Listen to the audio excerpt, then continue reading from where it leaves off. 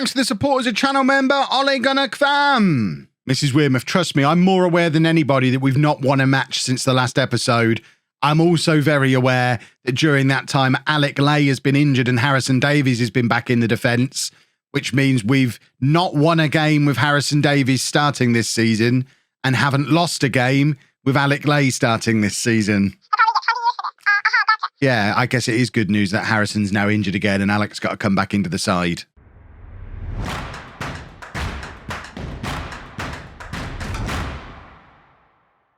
Hello and welcome to part 71 of Homegrown. I'm Kevin. Coming up on today's episode, we have two games for you in a championship table that looks very different from what it did at the end of the last episode. We're away against Stoke, we're at home against Barnsley, and this has not been a fun 6 weeks or so. We have not won in 6 games. I mean, that's off the back of, 7 consecutive championship victories. The really worrying stat is if we look at the starting 11s, the two centre-backs in that draw, Davies and Barr, in that defeat, Davies and Barr, this victory, Lay and Barr, victory, Lay and Barr and Charles, victory, Lay and Barr, victory, Lay and Charles, victory, Lay and Barr, victory, Lay and Barr, victory, Lay and Barr, draw, Barr and Davies, draw, Barr and Davies, defeat, Charles and Davies, defeat, Lay and Davies, so they can't play together either, defeat, Barr and Davies, and draw, Barr and Davies. I wasn't kidding. Harrison Davies has not been involved in a win yet this season, and Alec Lay, I guess he did lose. He did lose in that one. I didn't realise it. I forgot they'd played one together.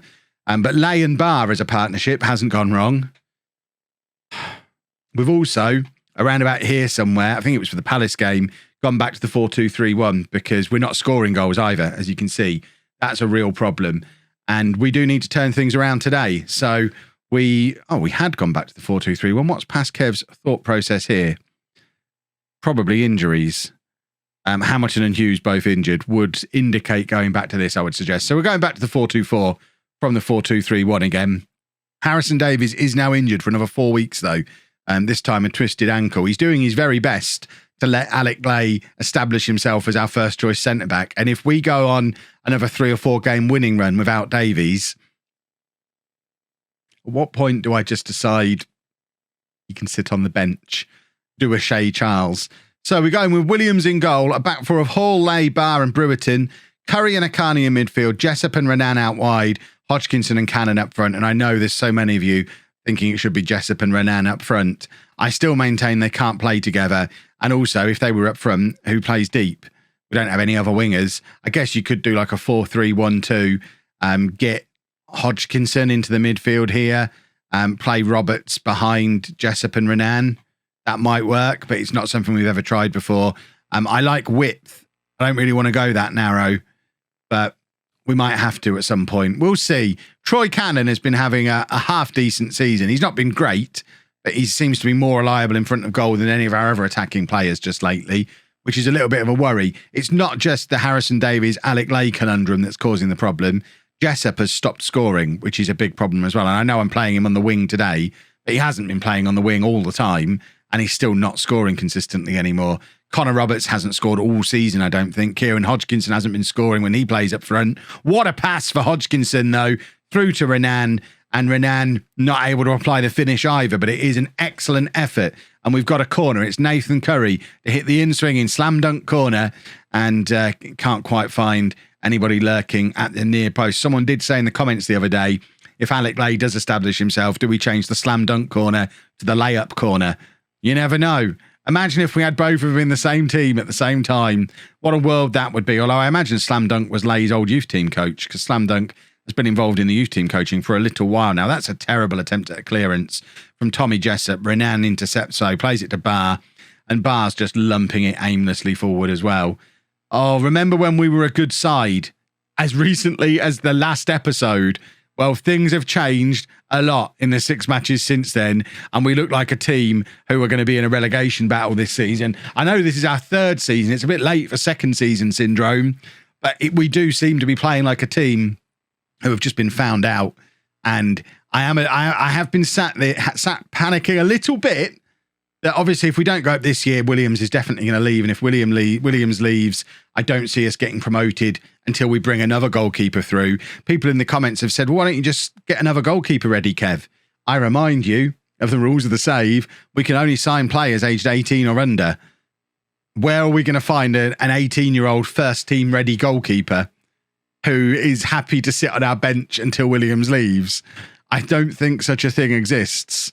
So we're just going to have to rely on, if Williams does go, we're probably going to get 10, 15 million pounds for him and probably have to go and throw a third of it on a fancy French goalkeeper or something who can come in and take his place. But I do worry that things are really, really starting to go wrong for us. And we don't, despite bringing in a lot of these new younger players who have definitely freshened things up. It's nice to have some of the younger players coming through. I do worry that we've brought too many into the squad at the same time and they're not ready. None of them are really ready. I guess Lay is the only one who's stepped up and really forced himself into the team. But the likes of Akani, is he ready? Behind him, we've got Stone. We've got all the other ones. Who else? We've got Zebi, Wilson, Yerabek, even Connor Roberts. Are these? I feel like maybe we should have accepted, what was it, 6 or 7 million for Connor Roberts? Should have bitten their arm off and reinvested the money. Renan's in here, and remember when Renan would have scored that? We are bereft of confidence, and it is going to be a big, big, big problem. I'm now demanding more. We're in free fall. We were in second place at the end of the last episode. We're now down in 10th, 7 points adrift of the playoffs, and it's not even the halfway point of the season yet. We have many reasons to worry. Hall, with the chance to cross from this left-hand side, finds Akani, back to Hall again. Hall, back to Akani. Akani with the cross. Renan is there, and once again, Renan could have got a hat-trick today if he'd have been in form, if he'd have had any confidence at all. He scores a hat-trick today. But this time he hits the post, and Nathan Curry, who's already served a suspension for a red card this season, luckily doesn't get sent off this time, but goodness me. Nothing's going right for us at the moment. Renan's shattered. We're going to bring Zebi on for him. We'll stick Jessup over this side where he can play as an inside forward, and Zebi can be out there as a natural left winger. Who else have we got who's going to come on and change this game? I don't feel confident in any of them coming off the bench and making a difference. And I think that's a real problem that we've got. I just don't have confidence in our backup players. We're going to take off Akani, and I'm going to bring on Yerabek, who I think probably has the biggest upside of all of them. Even though he thinks he's a striker, he is he's a future Premier League midfield player, even though he still thinks he's a striker. So let's see if he can come in and make something happen in the midfield. We're going to go attack him. We're going to demand more again. I don't know what the dugout was just telling me to do. We don't really have a striker to bring on in these kind of situations, and that's the big problem. I need to be able to bring on a striker. And when you're playing two of your best ones out wide from the start, and you've effectively got all 4 of your strikers on the pitch from the start of the match, this is the pickle you get yourself into. We've now got Curry and Jessup both absolutely shattered. Cannon's having a terrible game. I'd like to bring on Connor Roberts, but if we go with Roberts and Hodgkinson up front, who's getting the goals? Neither of them two, that's for sure. I'm just going to take off Nathan Curry. No, I'm not. Yes, I am. Yes, I am. I'm going to do this. We're going to make him the deep line playmaker. We're going to make him box to box. We're going to have him behind him. And we're going to hope. We're going to hope that we can conjure up a goal from somewhere. But that's what it is a lot of the time. It's just hope. We're just arranging average players in different combinations, and we don't really have a star at the moment. And we really miss having a star. Jessup needs to start scoring again. Renan needs to get special again. Players need to stop getting sent off. Well, there's Brewerton going to miss a game or two now as well, which means Curry's going to have to go back to right back, which is not ideal. Right, we're going to go to a back 3. And we'll do this. And we'll have him.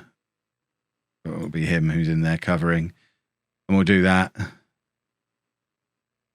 10 minutes of playing with back 3 in the Championship. This isn't going to go wrong, is it? We need a big performance from Alex Williams, but we also need to get the ball forward. Very attacking now. Somebody do a football, for goodness sake. We have no attack. Jessup with the in-swinger was looking for Hall, but Hall can't be found. And now we've got Slattery, who I think is an Apollon veteran from last year, if it's the same Slattery. Luckily, we actually do a bit of half-decent defending, but we've given the ball straight back to him. Slattery, it's not Callum Slattery, it's somebody called Jerry Slattery.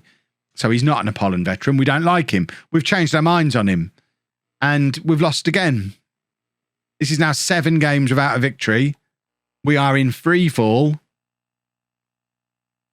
And I am going to go and check what Mrs Wearmouth is expecting from us this season, because I would be very disappointed if after all the good work we've done, if this series ends with a sacking, I'll be distraught. Right, we've got to finish mid-table. We're all right at the moment. Mid-table, I'm sure we can deliver. But another fine for ill discipline. We just had to give 100 grand for Joe Barr. And to be fair, Joe Barr's a very good player. I don't begrudge spending a little bit more on him, because I think he is a very good player. There's Connor Roberts once again being singled out for not scoring goals. Certainly not a striker, that's for sure.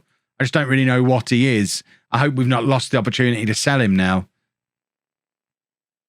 I don't know what we do to change things around for the Barnsley game.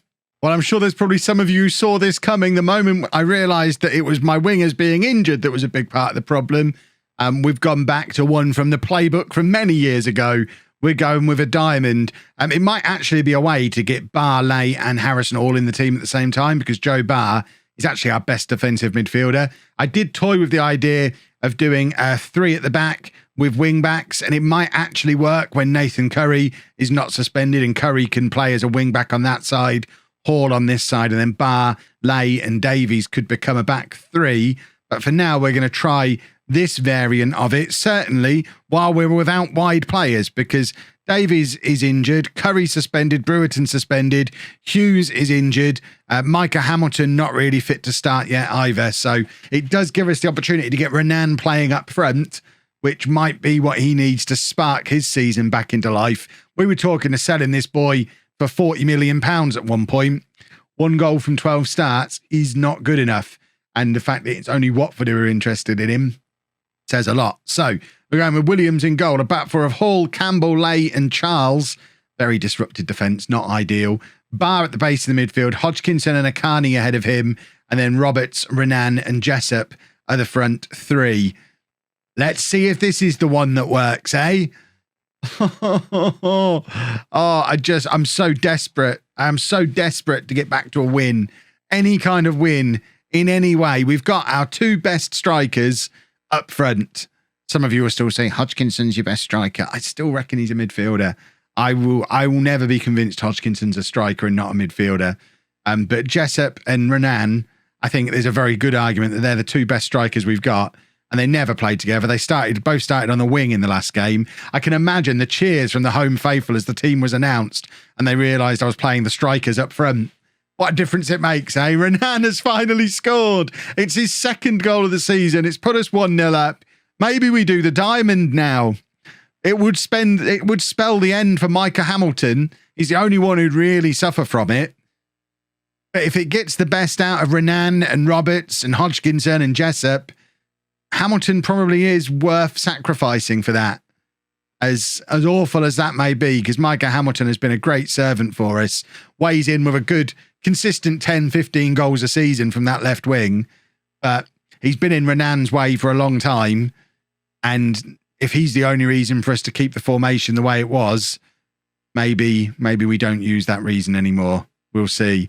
Oh, Williams with a fantastic save. He's described by the media as an instinctive goalkeeper, and you saw it there. What a save.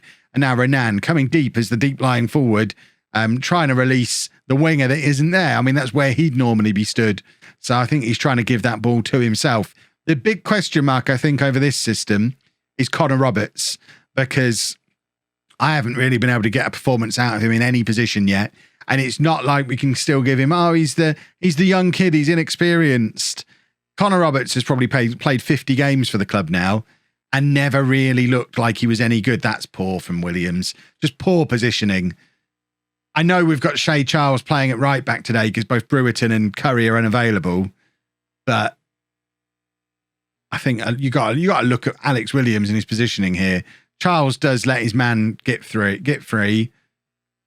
And who's that marking? Bar's coming back from midfield to cover, but I think I look firmly at Alex Williams there and wonder what he's up to. I hope his head isn't going again because that would be disastrous. Right, can we go back in the lead? We don't want to draw. After all the excitement, we might even do individual team talks. Should we pump the fists? Let's pump the fists and do individual I have faith in yous, which I very rarely do. This is a streamer showdown antic now. Let's see if it works. In normal football, Hodgkinson to Roberts. Hodgkinson looking for a ball over the top for Jessup, but can't find him. Jessup has been completely absent again today, which, I mean, that's part of the reason for our really tough run of form. I'm trying to blame it on Roberts. I'm trying to blame it on Harrison Davies. I'm going to blame it on Williams after that. But Jessup not scoring has been a huge loss. What is Alex Williams doing here? England under-21 international. £15 million for a goalkeeper this is. Didn't move and was out of position for the first one. Flaps at that without even jumping for the second. He's our captain today and he is letting us down. But apparently he's on a 7. Baffled. Right, we've gone attacking. I'm demanding more. I don't know what we've got on the bench that can change any of this. Zebby, poor old Zebby. What's he going to do as a winger in this system? Right, Ali Wilson is a natural defensive midfielder. So I guess he can come on and play there. Why not? What am I going to do? We're going to bring him on and play there. That's what we're going to do. I mean, Chris Stone is a natural there as well, actually. We've got 2 natural defensive midfielders, which is another argument for switching to this diamond. Where's Troy Cannon? Why is Troy Cannon not on the bench today? That feels like an oversight. I'm going to bring Mackenzie Fulton on. We haven't seen much of him yet this season. High hopes for him. Let's get him on alongside Renan and see what he can do. And then for my final change, I think we're going to bring Yerabek on again in midfield. He can come on for Hodgkinson, who... He's not a leader, is he? We need... I don't know what we... Oh, please help. Send help. Let me know down in the comments. What on earth am I supposed to do with this nonsense? I want to buy some players. Please let me buy some players. 8 games without a win. We're now down to 12th place.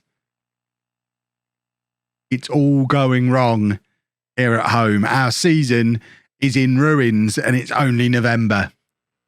We are 7 points outside of the playoffs. And we've not won in 8. I mean, for a team that finished 4th last year, this is the kind of form that gets you sacked.